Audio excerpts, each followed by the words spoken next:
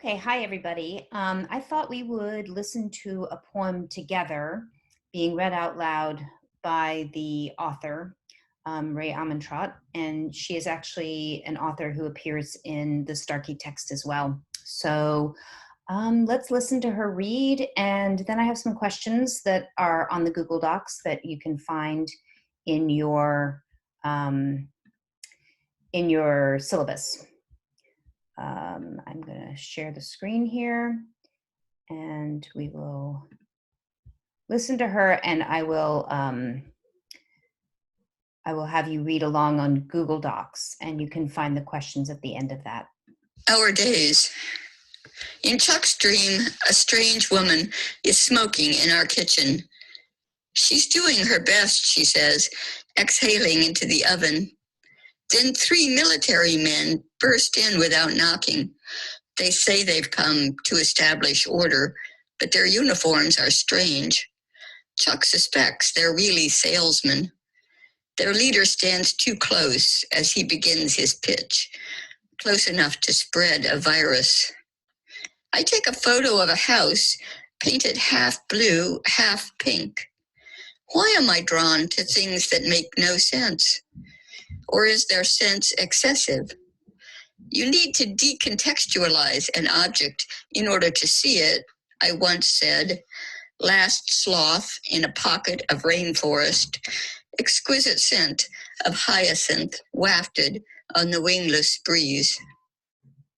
Okay, so I have some questions here that follow, but I do want you to go back and read this poem to yourself silently, because one of the questions, in fact, is what is the effect of listening to the poem as opposed to reading it to yourselves? And as many of you might already know, poetry originally was written to be read aloud. So there is certainly attention that poets pay to the meter, to the rhythm, to the music of the words that they choose. And I'm asking you to answer these questions and then to post them on discussion board. So what do you notice about this poem? List at least 3 things that stand out to you. So that can be anything. I just want you to notice things. You could notice the white space in the poem. You could notice that wafted stands all by itself there, you know, as a word. Anything that sort of draws your attention. Is there a word or a line that particularly stands out to you, and why? So again, is there, you know, something that maybe just catches you a little bit and compels you, and why? Why do you think? And there's no right or wrong here. I just want you to sort of investigate your own experience with this poem. What are some of the similarities between military men and salesmen? Are there ways in which the comparisons being drawn might reflect upon the current pandemic? So as you probably have already surmised, this was written recently, talks about the virus. And I'm wondering what you think she is doing with that military men and salesmen. Is there a way that war and capitalism, you might see some connection there, and how? And what questions might you ask of this poem?